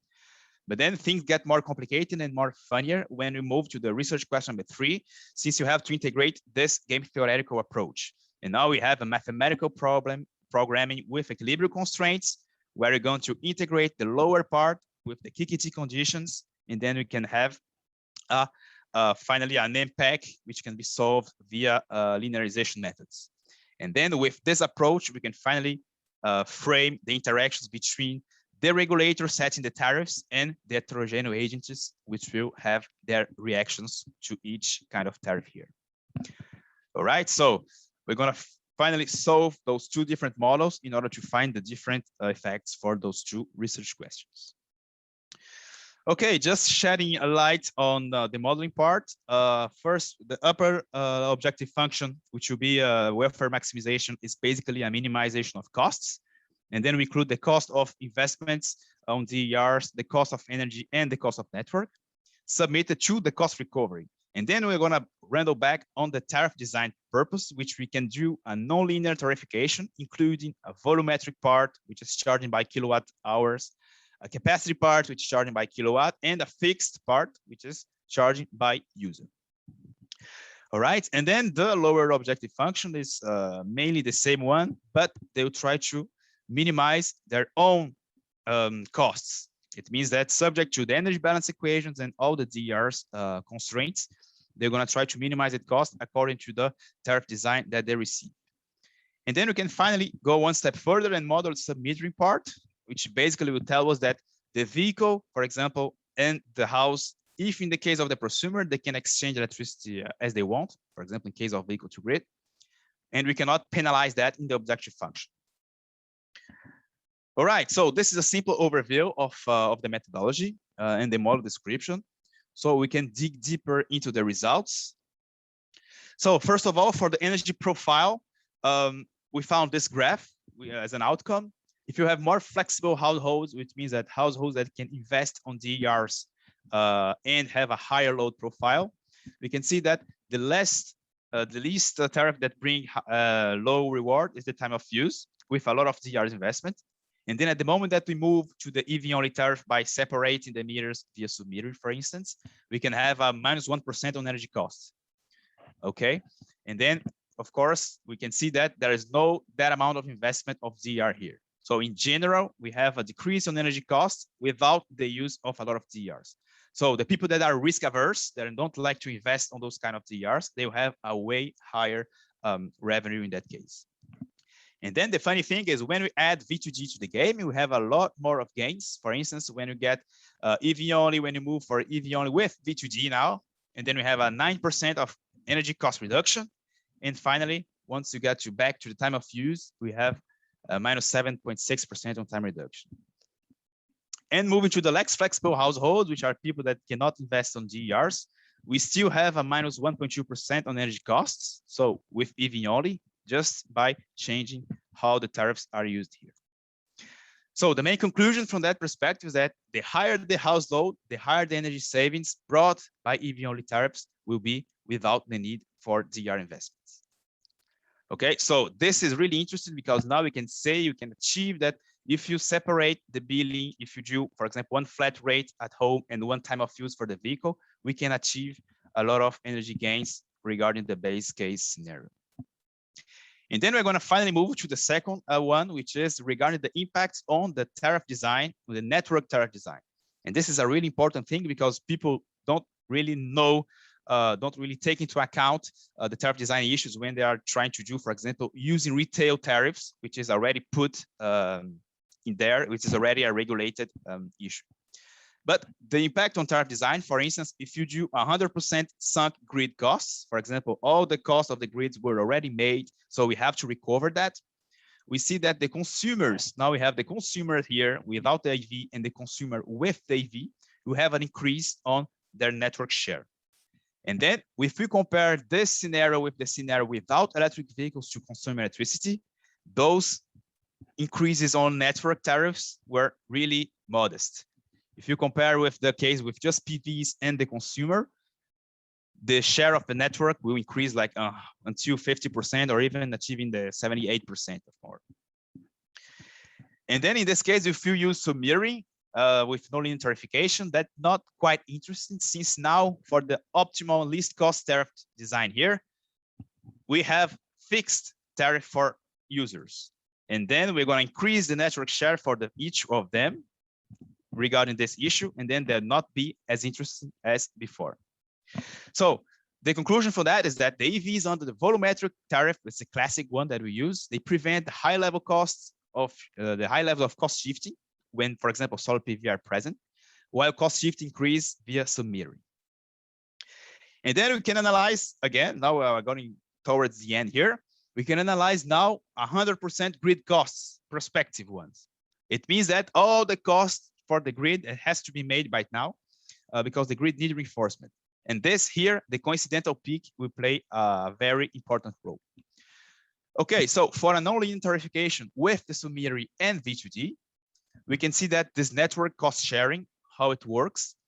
For instance, for the volumetric business as usual tariff and the non-linear tarification, we can see that the submetering achieved minus 2.65% of the total cost. But on the other hand, regarding the volumetric classic one, the network cost increase. But we can also see that if you're regarding to the linear tarification, which is indeed the least cost tariff design for everyone, the submetering has maximized the social welfare and reduced the network share of the passive consumers. So when we regard the network cost share, we should more focus on those guys here, the consumers, right? The EVs, which are not, we could not invest on DERs. And in the end of the day, they could end up paying more network charges because of that. And so making a zoom here on this guy, which is the guy which is indeed adopting the submetering part, the consumer with EVs, because if you remember that well, the graph, the time of use tariff behind the meter was for prosumers, and the time of use for the guys that cannot invest on DERs were the best one to use submetering. So if you go deep into that, we can see that from just volumetric business as usual thing, we can indeed reduce the energy cost by adopting two different tariffs for this guy. But on the other hand, the network cost will increase. All right. So in the end of the day, we should take that into account, because although the energy decrease is substantial, I mean, depending on as well the load profile of the house, the network cost outweigh the gain caused by the new, in this case, virtual point of connection. So that's why we should dig deeper into the network tariff design, because if you just see from the retailing part and see that we have energy gains from that, we can shadow more or less the part that the network tariff can increase for these guys, and then they will end up paying more or at least the same thing as they used to pay in the business case of volumetric tariff design. All right, so moving on to the conclusion here. First of all, EV-only tariffs nowadays, we show that utilities are already offering those kind of proposals using EV tariff with dual meters. However, EV-only via submetering is not commercially available yet. We saw that we have some pilots running down, and then a decision in California is expected. But for the commercial perspective, we haven't found yet on the market. To the best of our knowledge, this is the first study assessing those EV-only tariffs impact either on energy profile and on network tariff design. And we can see that, for instance, the most important conclusion for this ongoing work is that EV-only tariff via submetering, it has the potential to substantially decrease energy cost. But on the other hand, we must be cautious, because the effect on the tariff, on the network tariff, can increase these charges and outweigh the overall gains. So one policy implication that we can say is that utilities indeed should consider a submetering and V2D, of course, while designing their retail tariff offers, for example, flat and time of use, in order to incentivize more energy savings and unlock this EV flexibility. Once you have two different tariffs, you can collect the spread via adapting your charging and discharging. Okay, thank you very much. I hope I was on time for that discussion. If you have another question, I will be very happy to answer. Thank you.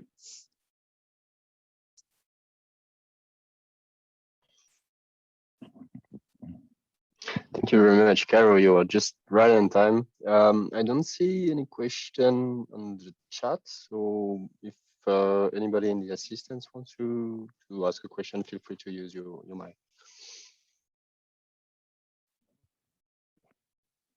If not, I can ask a question myself.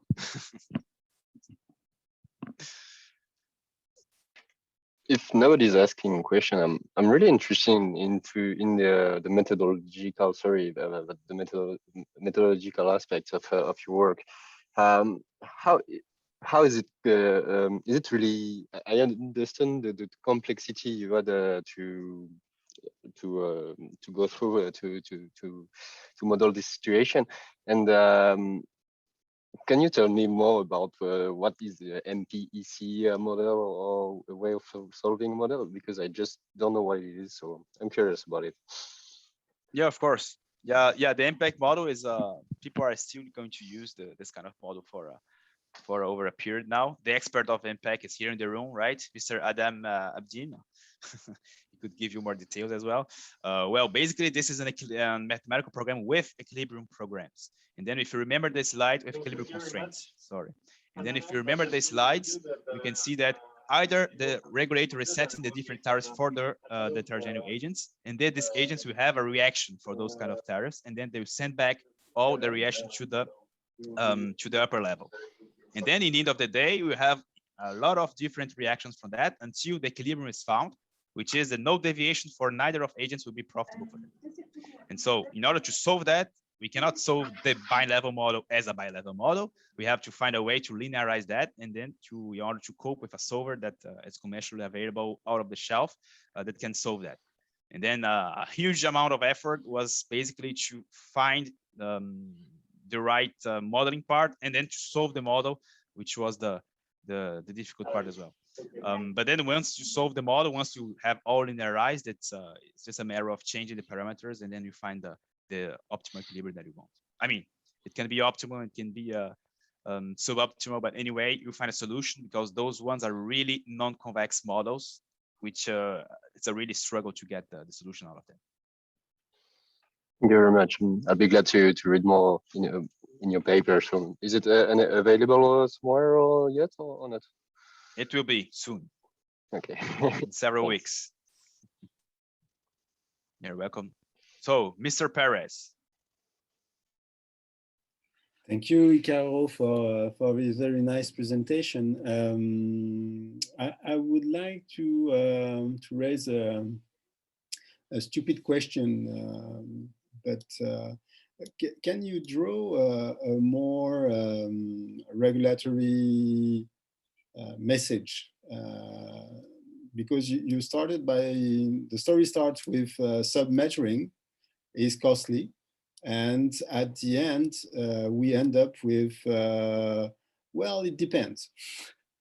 So is it possible to draw a more strict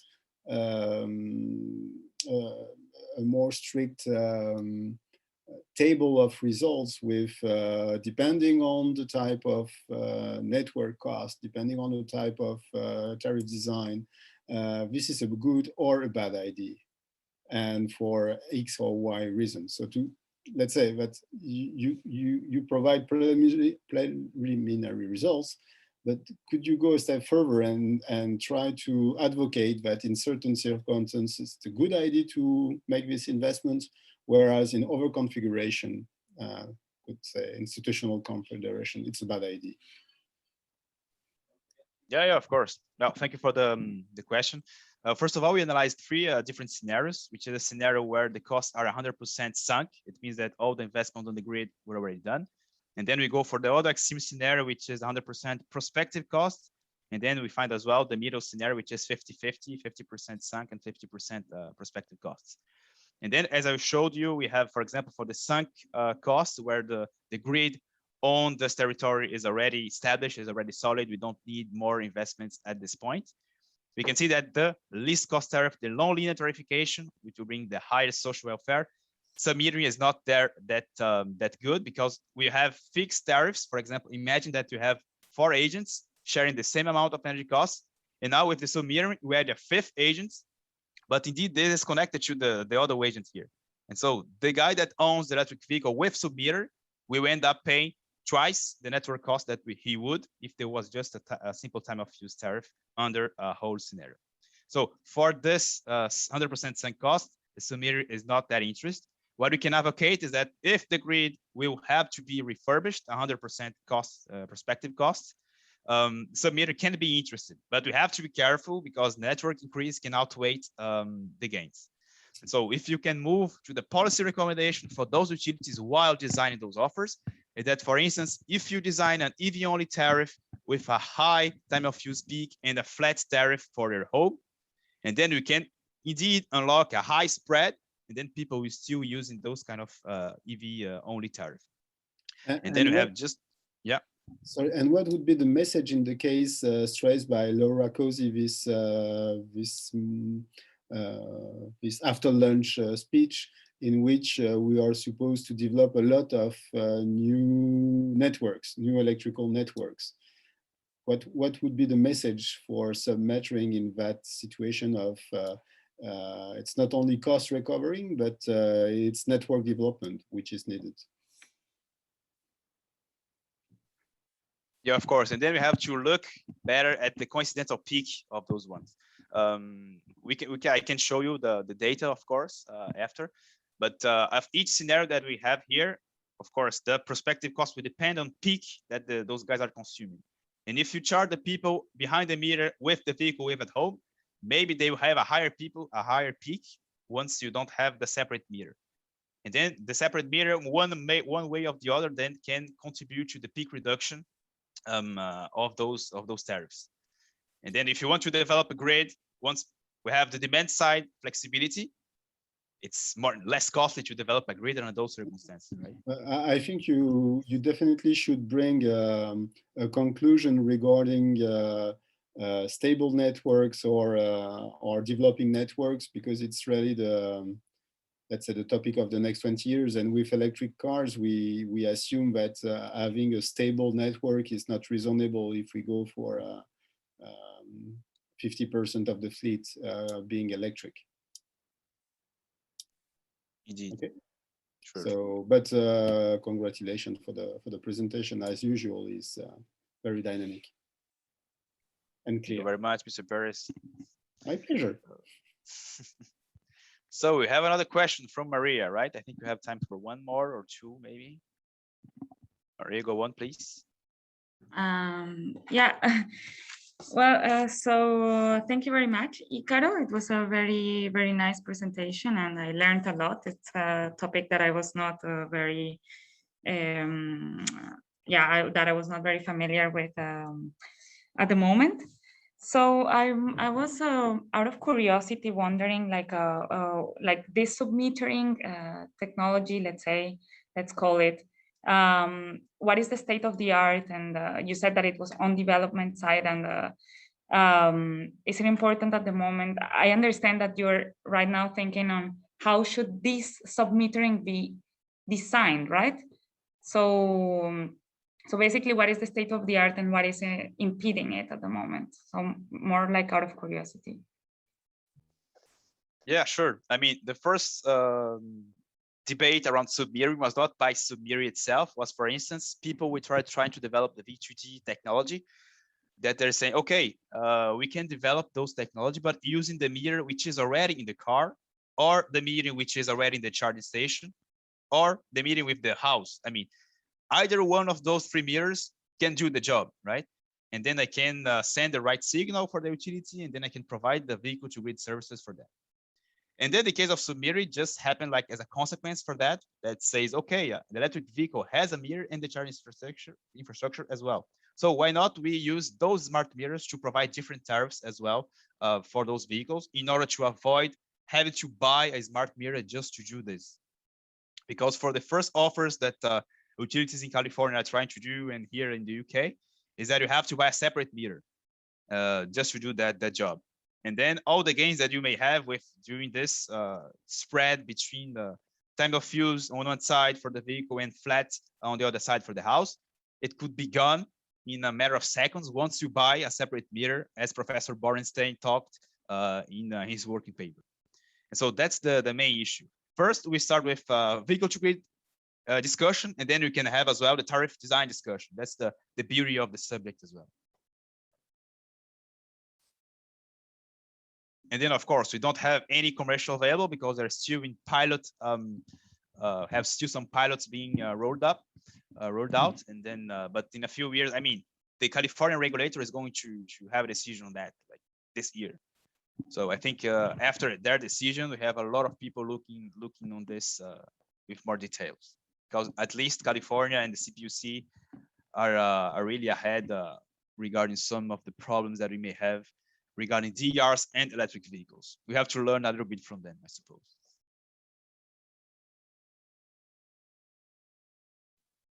Okay, so I think this is the end of the session. Let's end sharp at 7 p.m. So thank you very much, all the attendants, for being here on this session about EVs and smart charging. I hope the discussion was really insightful. For me, it was really good.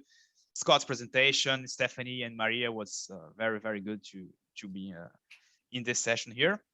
I hope you enjoyed. See you tomorrow. You have more conferences, sessions going on. And then enjoy the conference. Bye-bye. Bye. Thank you very much. Bye. Thank you. Bye. Bye-bye. Thank you. Bye, Steph.